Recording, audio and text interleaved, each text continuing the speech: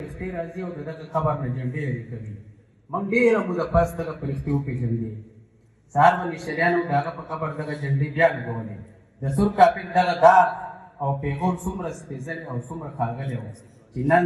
د هغه د سلي ذکر چنار لاندې د بر زیارت په لاره دغه سلی یوازې سلی نه دی بلکې د هغه سلی دی د کوم سلي په باره کې چې صاحب شاه صابر صاحب وایي دا چې په سلو یې د سلو کالو ننګ تازه دی دا چې په سلو یې د سلو کالو ننګ تازه دی دا څوک وژلی شي دې خلکو د بمړه وایي څوک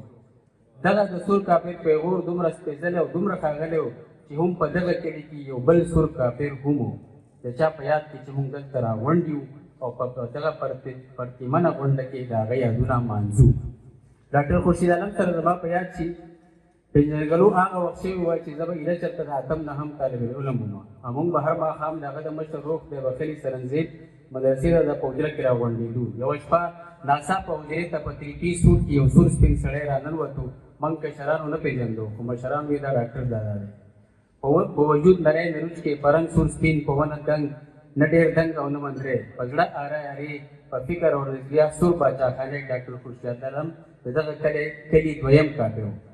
پلار یې د ریاست سوات مشیر و مشر ورور وایي د نیټ په سرکړه مشرانو کې و هم دغه درد او فکر د ځان سره داسې واخیستو چې د ژوند تر آخري سلګۍ کمیټډ باچاخانې پاتې شو ډاکټر بابا بکري کې خپل ماشوموالی او تیر عمر تیر کړی دی د رزق په تکل به کله ولایت کې و کله سعودي عربستان کې او خو چې څنګه تش لاس د کلي وتلی و هم هغه شان په مادي لیاس تش تور کلي ته ستون شوی و